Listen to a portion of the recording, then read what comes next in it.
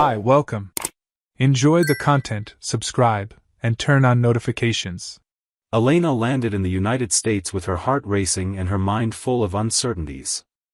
She walked through the airport gates with limited English and a nearly empty suitcase, but inside she carried all that was left of her hope. She didn't know anyone, not even the neighborhood she was supposed to go to, only an address scribbled on a piece of paper. She walked, took buses, asked for directions with gestures, and eventually arrived at the small rented room by the week, which barely fit a single bed and an old dresser. That was all she could afford. She spent the first few days knocking on company doors with a crumpled resume in hand, and amid dry rejections and suspicious looks, she eventually landed a simple job at a logistics warehouse, in the stockroom area. It was hard work, stacking boxes, sorting orders, organizing pallets. But she accepted without hesitation. She had come here with one goal: to start over. On her very first shift, she felt the impact of the fast pace and the language barrier. Almost no one spoke slowly to her, and instructions came quickly. When she made mistakes, the supervisors grew impatient, and her coworkers exchanged annoyed glances. Only one person truly reached out to her. David Mitchell. A man with a calm gaze, dark hair, discreet clothing, and a serene voice. He wasn't the type to grab attention right away. Most people didn't even notice him, but for Elena, he was a relief. He was the first to patiently explain how the inventory scanner worked. He showed her where they kept the replacement labels. He even shared his lunch with her during the first break. In the following days, David stayed close by, helping in a simple way without being intrusive. He had a shy sense of humor, the kind that made silly jokes but somehow made her laugh. It lightened the weight of the hours. Elena wasn't someone who trusted easily, but she felt safe around him. It was the first time since arriving in the country that she felt any lightness. Their friendship grew naturally, the kind where you understand each other with just a look. They shared stories. She talked about her childhood in Moldova, the fields where she ran with her siblings, her mother who sold bread at the market. David listened to everything attentively, asked for details, smiled as if he knew every piece of her story. He told her that he had lived alone for years, that he had once been engaged, but life had taken different turns. He was the kind of man who gave himself slowly but fully when he trusted. The days turned into weeks. David started waiting for her at the bus stop, bringing an extra coffee. She reciprocated with simple cakes she baked at night, sharing them with him during breaks. When they began spending time together outside of work, the connection between them became even more evident. They walked through the park, went grocery shopping together, and although nothing had been said, they already acted like a couple. At one point, Elena was the one who took the initiative to define what she felt. She wanted to build something with him, she wanted stability. And more than that, there was a strong reason to speed up this bond: her immigration status. She feared being deported if she lost her job or if the rules changed. So she spoke to him honestly. She told him she loved him but also needed security. David fell silent for a moment. Then he held her hand and replied that if there was one thing he could offer her, it was exactly that. Stability, affection, and a home. The wedding took place at the city courthouse, without big celebrations or guests. Just the two of them and two witnesses provided by the office. Elena wore a simple dress, her eyes shining. David wore a light-colored shirt and that smile that made her feel at home. After the ceremony, they ate burgers at the corner diner and went back together to the small apartment he had rented for years. For the first time, she had a place she could call her own in the United States. And she truly believed she was building something pure and lasting. David, on the other hand, felt that life was finally giving him back the love he had waited so long for. They slept that night holding hands, with the feeling that they were starting a new chapter. Little did they know that this first step, so full of promises, hid a much deeper plan behind it. Their routine remained peaceful during the first months of marriage. David felt fulfilled, making sure to take care of the household bills, the weekly groceries, and ensuring that Elena lacked nothing. He believed this was the beginning of a life he had waited so long for. Elena, for her part, maintained the same calm and attentive smile, always with some excuse for the delays, the messages in Moldovan on her phone, or the moments when she preferred to be alone in the room. David, even noticing these small distances, avoided feeding suspicion. He thought it was just a matter of adjustment, of time for her to feel completely comfortable. He never wanted to pressure her, respected the silences, and accepted her lack of contact with her family as something cultural. Whenever he asked, she said her relationship with her relatives was distant, that she had drifted apart from them at a young age due to misunderstandings, and that keeping her distance was a conscious choice. Even with natural curiosity, David chose to trust. He told himself that her past didn't matter, that what they had was real, that daily gestures proved it. When he saw Elena carefully preparing his lunchbox or brushing her hand across his face before sleeping, he preferred to believe that this was love. What he didn't notice was how she avoided meeting his colleagues, how she dodged more personal questions, or how she never mentioned any names from her childhood. Her entire story seemed to be made of shadows, loose fragments that didn't quite fit together. One day, while tidying up the kitchen, Elena casually mentioned that her brother, Ion, was planning to come to the United States. She said he was tired of the difficult life in Moldova, that he dreamed of starting over. David was surprised, since until then she had said she didn't maintain family ties. He asked if they had reconnected, and she replied that they had simply resumed contact through messages, but that he needed help. She also said she didn't want him staying in a hotel, that it would only be temporary, until he found a job and got settled. David, unsure how to refuse something so basic, agreed. In his mind, this might be a chance for Elena to reconnect with her roots. Maybe even a way to understand more about his wife through her brother. He prepared the guest room with good intentions. He changed the bed sheets, cleaned the closet, and even set aside some clothes that might fit Ion. Ion's arrival happened on a Friday afternoon. Elena had left work early to pick him up. When they entered the apartment together, David extended his hand, trying to smile and be cordial, but what he received was a dry handshake. Ion was tall, dark-haired, with intense eyes and a confidence that seemed excessive for someone who had just arrived in a new country. During dinner, he responded little, complimented the food without much emotion, and looked at Elena as if sharing secrets without saying a word. David tried to make conversation, asking about Moldova, about work plans, but the answers were short, almost uncomfortable. It felt like every attempt at closeness was blocked by an invisible wall. Still, he persisted because he wanted to be kind. In the following weeks, their behavior began to weigh heavily in the house. When they were together with David, they spoke little, almost always in English. But as soon as he left the room, laughter erupted. Once, when he returned early from the store, he heard them laughing loudly in the bedroom. As soon as they opened the door and saw him, they suddenly became serious. Elena said they were watching old videos from their childhood. Another time, when he arrived from work, he found Ion leaving the bathroom in a towel and Elena inside the bedroom with the door slightly open. They pretended everything was normal, but David felt uncomfortable. This happened more than once. He started paying closer attention. Their glances lasted too long. Conversations ended as soon as he approached. Their body language was different, looser, more intimate than expected between siblings. It was as if they were two people who had reunited after a long time and regained a deep connection. One morning, David left for work with a heavy chest. He tried to convince himself that he was exaggerating, but the feeling that something was slipping through his fingers was constant.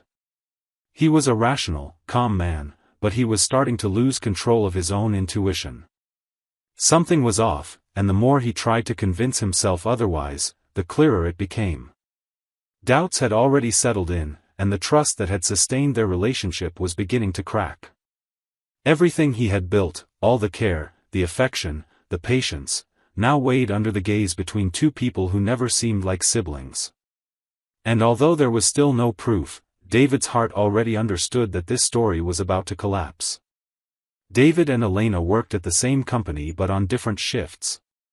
While he started early, she only came in during the afternoon.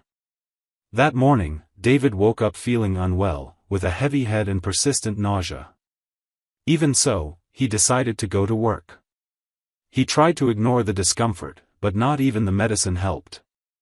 The production line was on pause in his mind, which was already overwhelmed by thoughts dragging on for weeks.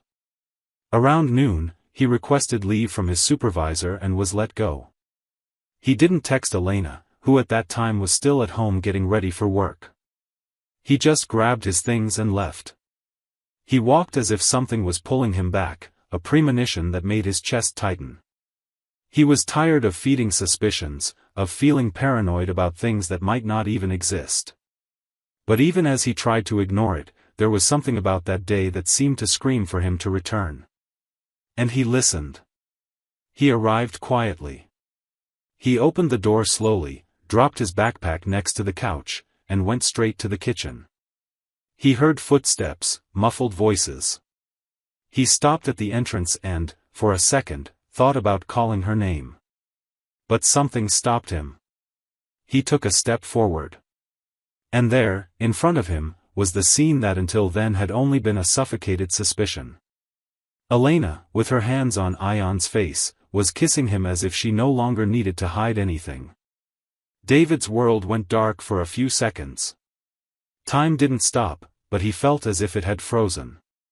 His wife. The man she claimed was her brother.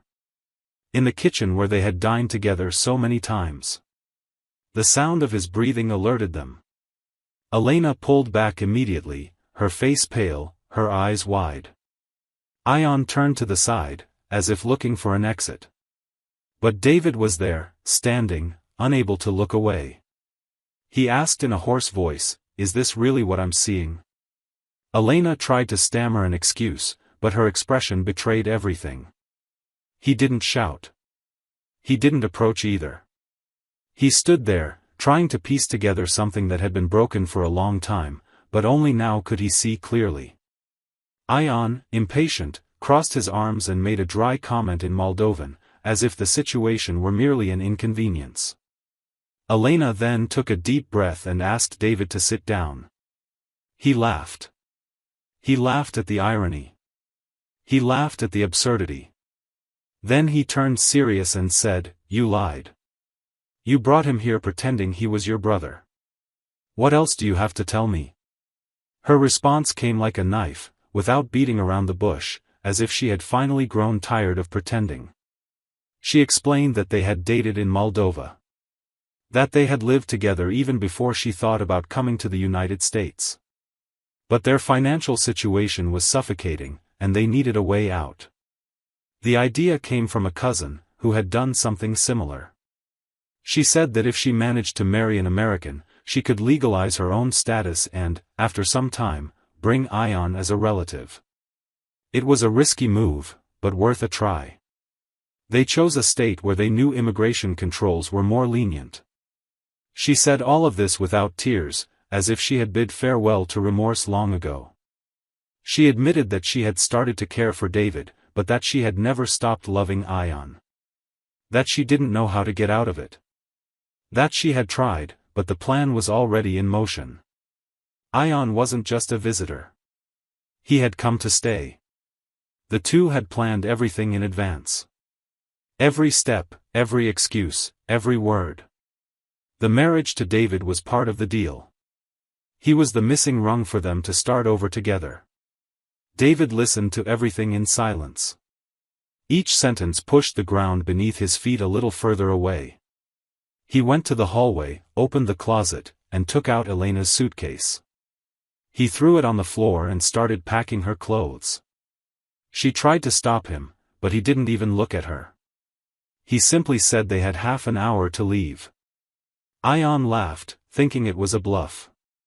But when he saw David reaching for his phone and dialing someone, the laughter disappeared. Elena insisted, saying they could talk, that he didn't need to act this way. David replied firmly, "You used my name, my home, my life. Now you'll have to deal with the consequences. She begged him to reconsider, saying she was scared, that she hadn't expected him to come home early. But none of that mattered anymore. David pointed to the door and stood there, like a guard. When they left, in a hurry and with few words, he closed the door and locked it. He sat on the living room floor, staring into nothingness. Everything he had built with hope had been constructed on a carefully orchestrated lie. The person with whom he had shared his days, dreams, and promises, was nothing more than an actress in a cold, calculated plan. At that moment, the pain was immense. But something inside him was also beginning to change. Because when the truth comes, no matter how cruel, it sets you free. And David wasn't willing to be remembered as the bridge two foreigners used to step into a country.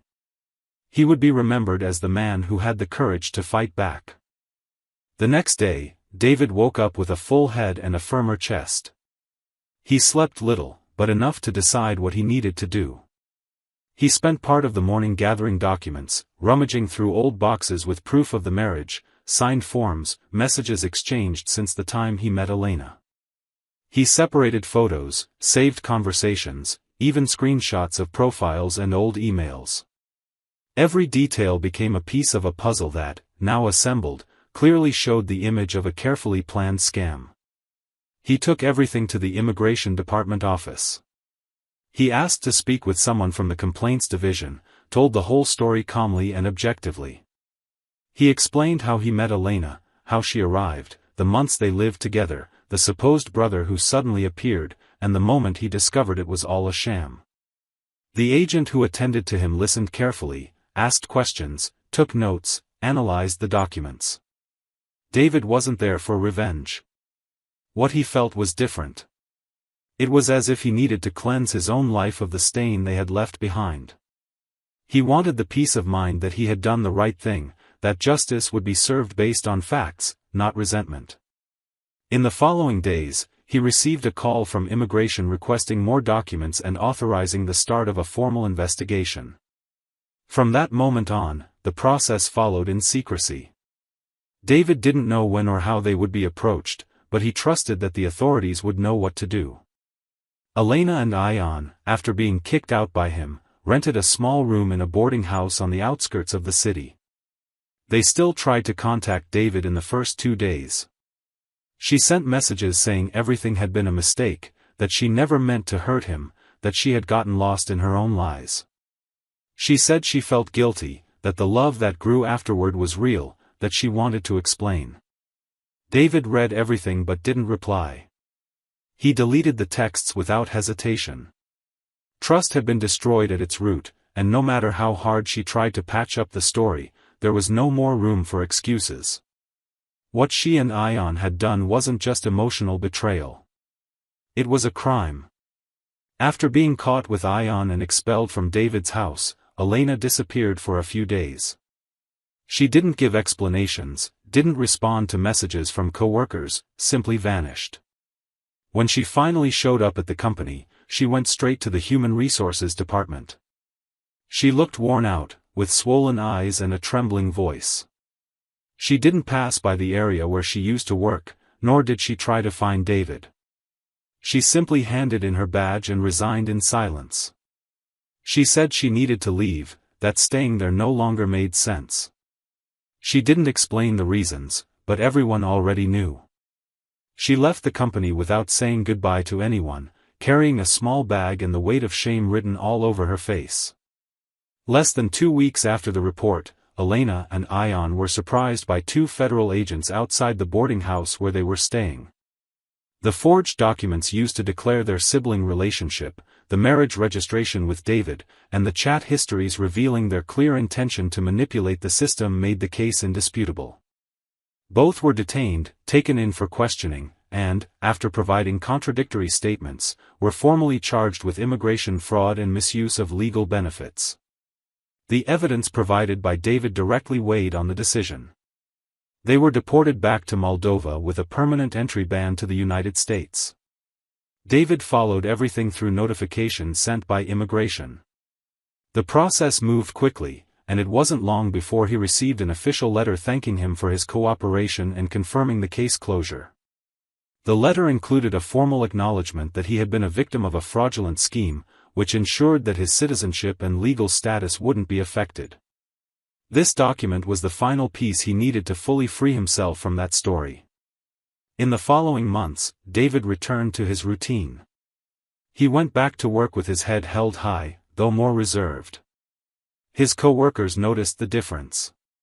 He, who used to be the first to strike up a conversation during breaks, now preferred silence. He spent more time alone and declined invitations to go out. Gradually, however, he began to open up again. Months later, during a conversation at work, a new colleague joked that he seemed to have luck with Eastern European women. David laughed, as he hadn't in a long time, and replied that now he preferred luck with his own peace. The colleague didn't grasp the weight of the statement, but he did. And that was enough. Over time, the memories became distant. Not erased, but repositioned. He transformed the pain into a starting point. And he never again allowed himself to be treated as disposable. Sometimes, the hardest lesson is the one that teaches us exactly what we should never accept again. Thank you for watching the video. If you enjoyed it, don't forget to subscribe to the channel and turn on notifications so you won't miss any updates. See you next time. Hi, welcome. Enjoy the content, subscribe, and turn on notifications. Claire got married at 29 with the certainty that she was choosing the safest path. Gregory, her husband, also 29, was stable, balanced, a man of simple habits and calculated decisions. He was never the type of man who gave her chills or made her heart race, but he offered exactly what she was looking for: protection. From a very young age, Claire learned to see the world through the lens of necessity. She grew up in a home where the sound of an overdue electricity bill had more impact than any music. As a child, she would watch her mother hide letters from the bank in the kitchen cabinet, as if that would delay the pain that came afterward. At 12, she started washing neighbors' clothes to buy her own notebooks. And when she turned 18, she swore that one day she would be on the other side, the side where decisions aren't driven by the fear of lacking. Gregory entered her life as the living embodiment of that promise. The son of a wealthy family, he worked at a solid company and had a defined future. He liked to plan, liked security. And that made Claire feel like she was in the right place. She believed that, over time, she would learn to love him the way he deserved. But as the months went by, dinners became quieter, Sundays more repetitive. Gregory did everything right, followed the routine precisely, took care of her responsibly. But precisely because of that, everything began to lose color. Claire felt like she was living in a beautiful display window, where nothing could be touched, where every gesture was calculated, where even hugs came with the same tone of voice and the same interval between one and the next. She started to drift away little by little, without realizing it. She stopped laughing at his jokes, started sleeping with her back to him, responded with monosyllables during breakfast. And the saddest part was that Gregory noticed. He tried. He planned short trips for the two of them, bought flowers on random days, suggested new restaurants. Claire went along, smiled for photos, pretended to be excited, but inside she was just counting the minutes until it was over. She felt suffocated by comfort. The absence of problems had become a problem. Life had turned into a track, always straight, always the same. And her heart, which once was driven by the fear of losing everything, was now trapped in a place where nothing was lost, and also nothing was gained. One night, as she lay down, she stared at the ceiling for long minutes. Gregory was sleeping beside her, breathing rhythmically, one hand resting on his chest. Claire turned to her side and watched the outline of his face in the dim light. There was no disdain, no anger, not even guilt. What was there was a deep emptiness, the feeling of being next to someone who should have never been more than an acquaintance. She remembered an old moment, still in her teens, when she slept on her aunt's couch because her parents were fighting again. That night, she promised herself she would have a different life. And now that she did, she wondered if this was really what she wanted. The questions started coming more frequently. When she looked at Gregory, she didn't see a partner, but a structure. An insurance policy. A shield against everything she had already faced. But never love. She had no one to confide in because, in everyone's eyes, the marriage was perfect. Gregory was every woman's dream. And she would be crazy to say she felt like something was missing. She herself didn't know what it was. She only knew that she felt like something was missing. The following days went on as usual. He left early for work, she took care of household chores and small daily tasks. But inside, something had changed. She started avoiding certain moments, like sharing the couch, having lunch together, talking about the future. Gradually, she closed herself off, creating a space where she could breathe. It was a silence that Gregory didn't understand but respected. And that respect, which was supposed to keep them together, began to drive them further apart. At a lunch with her mother-in-law, Claire heard a phrase that stuck with her for days. The woman, proud of her son, said, "Gregory has always been a reliable man. He takes care of Claire the way a father would take care of a daughter." That bothered her.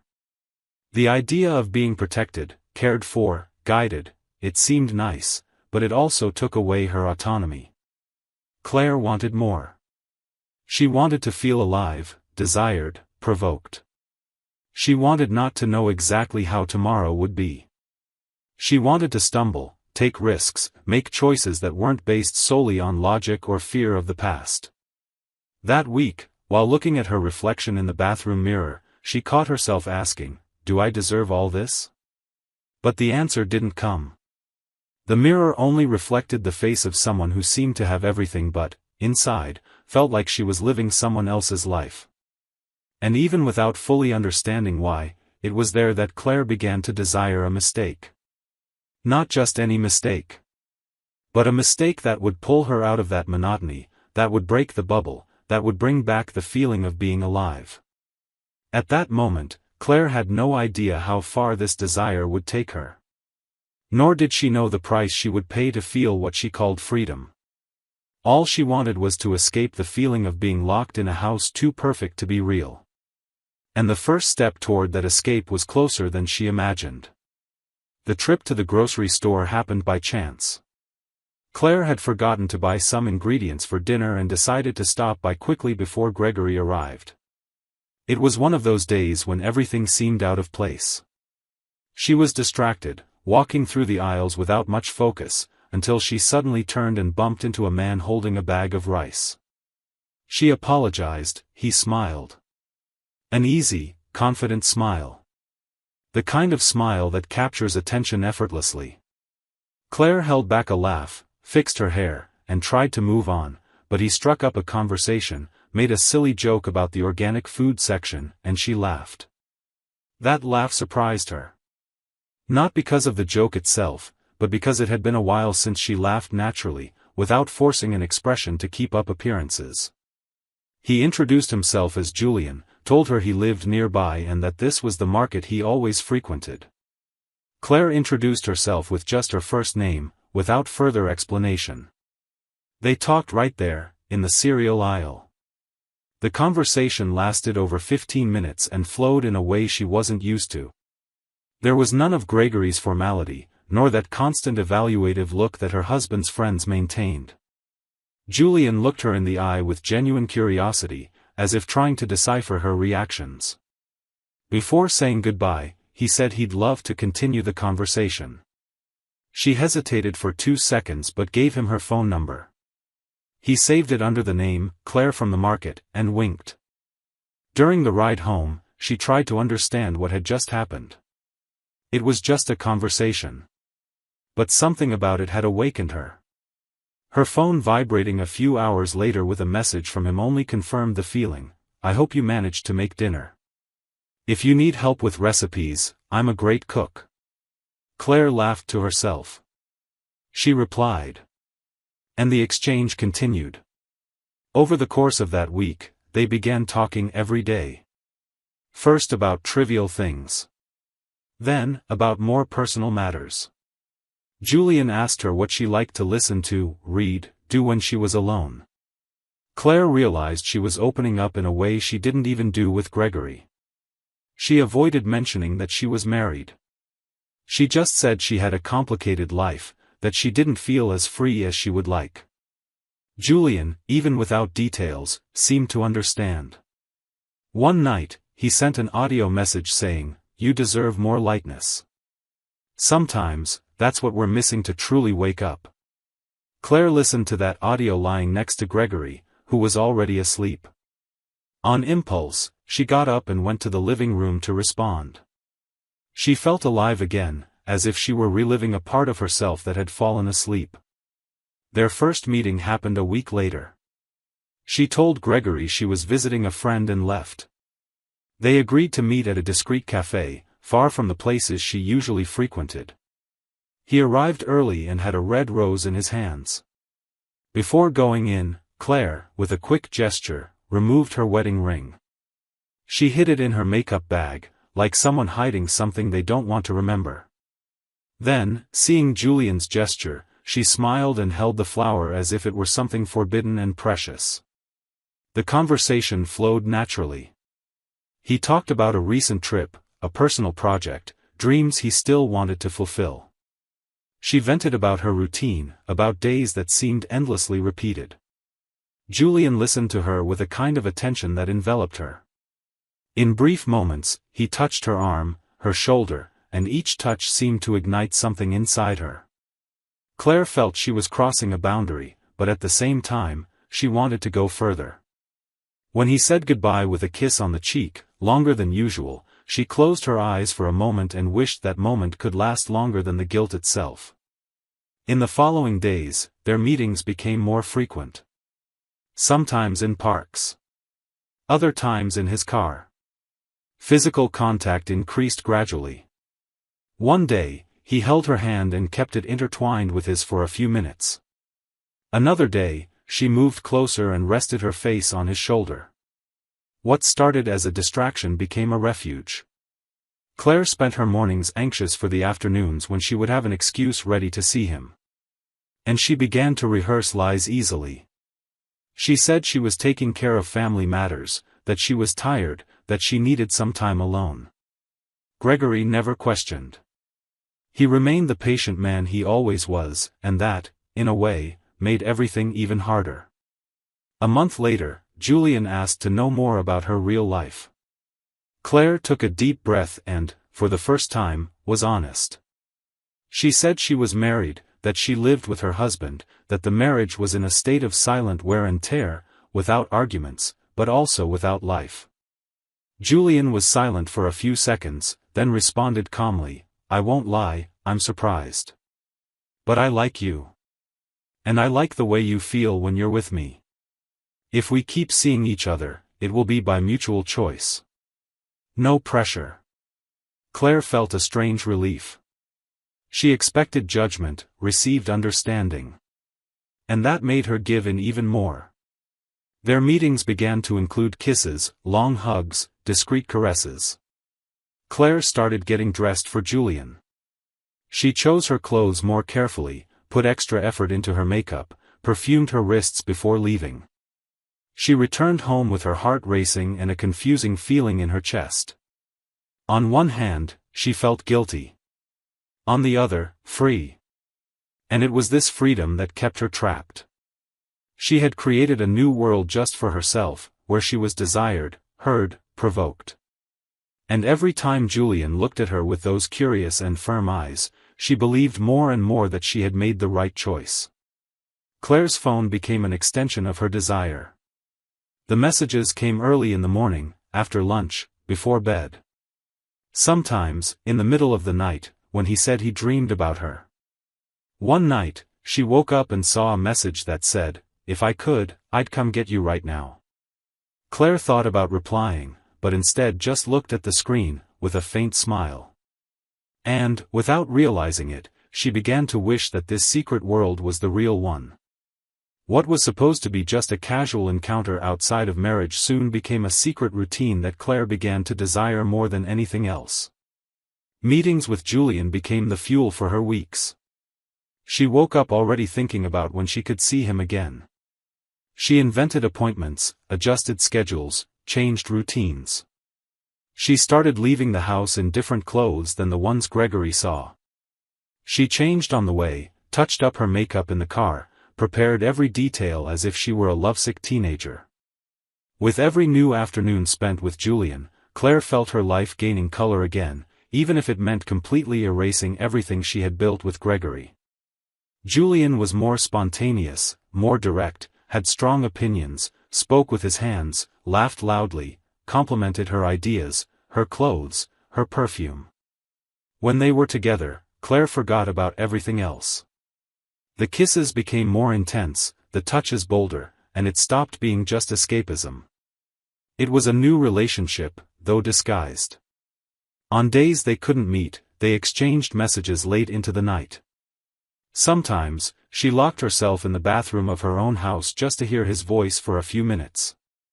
Her heart raced whenever she saw Julian's name on her phone screen. She started sleeping with the phone on silent, face down, afraid that a notification at the wrong time would destroy everything. Gregory, on the other hand, kept trying to keep the marriage afloat. He brought flowers, suggested weekend trips, bought different wines for them to try together. And Claire smiled, pretended to pay attention, but she was already absent. She avoided any kind of more intimate contact with her husband. She made excuses, said she was tired, that she needed space. Gregory began to feel, even without proof, that something had changed. He asked carefully, tried to talk, asked if something was wrong. Claire dodged, changed the subject. When he suggested couples therapy, she said it might be a good idea, but never scheduled it. Things began to spiral out of control when Julian had to move out of the house where he lived. He had a salary cut, accumulated debts, and temporarily moved back in with his parents. This complicated their meetings. Claire could no longer go to him. And Julian, frustrated, began pressuring her more. He wanted to see her more often, wanted to take more risks. That's when she made the definitive mistake.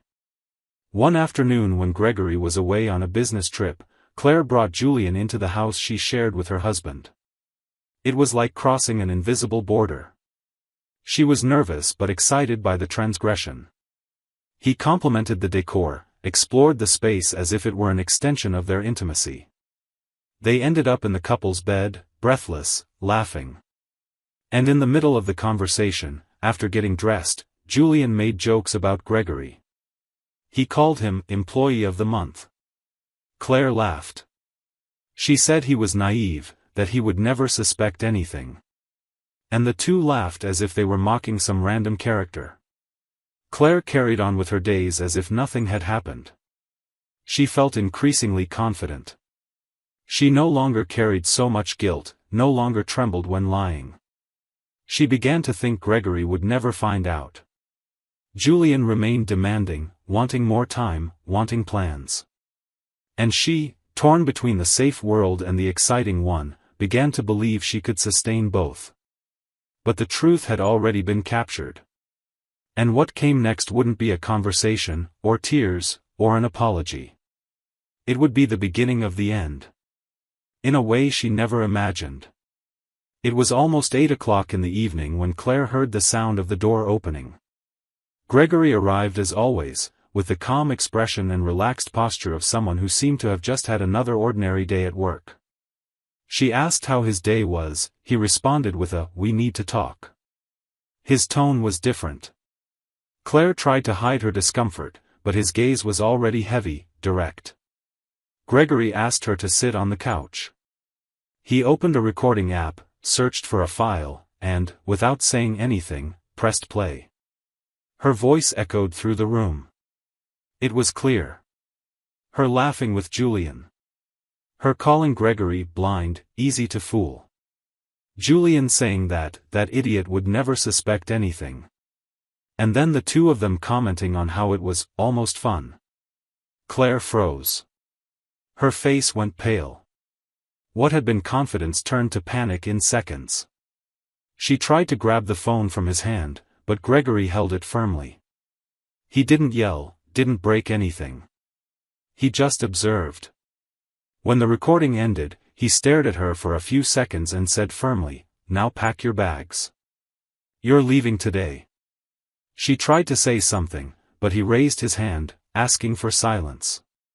Only then did Claire realize that this moment was final. But what she didn't yet know was that all of this had been set up weeks ago. Gregory, despite his calm demeanor, had been suspicious for a while. The lame excuses, the distant looks, the different perfumes she wore on certain days. The way she dropped her phone so quickly whenever he approached. The schedule changes, the effort to seem natural. He was never naive, just patient. And in silence, he began assembling his own puzzle. He bought 2 small digital recorders and discreetly installed them, one in the bedroom, the other in the living room. He programmed them to record for long periods. And waited. And then he got the recordings. Every laugh. Every humiliation. Gregory heard it all. But his decision was quick. Without hesitation, he took the audio files and sent them directly to Claire's parents, along with a brief message: "Maybe you'll want to hear this before asking me for help again." Parents who, for years, relied on his money to survive. It was Gregory who paid their rent. It was him who kept their health insurance, who covered basic expenses, who provided minimal stability for that family. And now, with a click, all of that began to crumble. The scene returns to the present. Claire is crying, saying she feels lost, that she doesn't know how this happened, that Julian was just a mistake. She tried to say the marriage could still be saved, that she was willing to change, to rebuild. She said it was a moment of weakness, that the routine suffocated her. She used all the words that came to mind, even though she didn't believe them. Gregory listened in silence. He got up from the couch and went to the hallway. He opened the bedroom door and said, "You have until tomorrow morning to leave. I'm going to sleep at my brother's house." She still tried to grab his arm, but he pulled away. Without aggression, without drama. Just with an empty look, like someone who had already given up trying to understand. The next morning, Claire packed her clothes into 2 suitcases. She avoided looking at the corners of the house. She knew every detail there carried the presence of a man who, for years, had been by her side without ever truly being loved. She called a rideshare and went to her parents' house. When she arrived, her mother greeted her with a look that mixed shock, shame, and anger. Her father didn't even leave his room. Claire knew that from that point on, everything would be different. And at that moment, still without understanding the depth of her fall, she realized she had destroyed everything with her own hands. Gregory came from a family with a strong surname, the kind that opens doors and also knows when to close them. He grew up surrounded by people who held important positions, company directors, business owners, influential friends who owed old favors to his father and to Gregory himself. He was a discreet man, but when he needed to act, he did so with precision. As soon as the scandal of the affair exploded, he made 2 calls. The first was to an acquaintance in the administrative area where Julian worked. The second, to an executive at a local retail chain that also hired third-party services, including Julian's. Within days, his name was placed on a list that circulated silently but effectively. And when Gregory called Julian directly and said simply, "In this city, you don't work anymore," the threat didn't seem exaggerated. It was a sentence. Julian still tried to keep his composure. He said Gregory was overreacting, that none of this needed to escalate to this extent. But the following days spoke for themselves. The contracts disappeared, the phone stopped ringing, former colleagues began avoiding him. Some pretended not to see him, others crossed the street. He went to interviews and heard evasive responses. When he asked why there was no follow-up, they said things like, "The profile isn't ideal," or "The position is filled." Julian understood quickly. He was marked. And Gregory made no secret of it. He was direct, cold, and calculated. His name became synonymous with trouble. With his reputation destroyed and without any support, Julian gathered his few belongings and decided to leave town. He didn't say goodbye. No message to Claire, no apology, no sign. He simply disappeared. He chose to vanish like a coward, without assuming any part of the responsibility. Claire found out about his departure through third parties. A mutual acquaintance mentioned that Julian had been fired and left without saying where he was going. She didn't show an immediate reaction, but inside, she felt the impact. She thought that, at least, he would reach out, say something, show a minimum of consideration. But it didn't happen. And that hurt more than she expected. Because, until then, she still carried the idea that what she had lived with him was real. His escape put an end to even that illusion. Without support and with no one around, Claire left her parents' house after a few tense weeks. The accusations were constant. Her mother kept repeating that she had destroyed the only chance of stability the family had. Her father barely spoke to her. The monthly money Gregory deposited had been cut off, and with it came overdue bills, collection calls, the harsh reality. With what little remained, Claire rented a small studio apartment. Spartan, poorly furnished, but it represented a fresh start, even if surrounded by regret.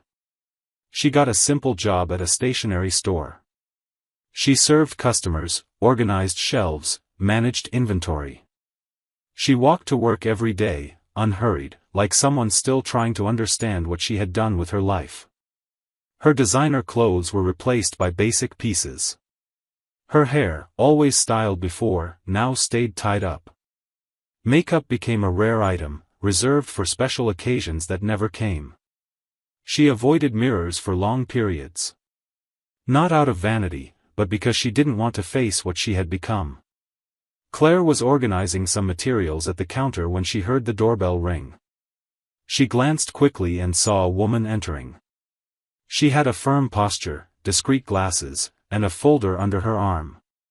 Just another customer, until Claire recognized the face. Her body froze for a second.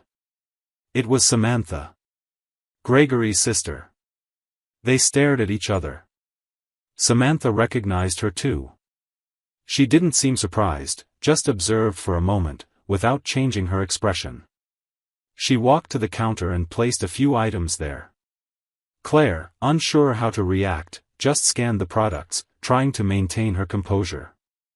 But the silence between them was heavy, full of everything that didn't need to be said. Samantha took out her wallet, paid with her card, and before leaving, said simply, "He's fine. But he's changed." Claire stood frozen.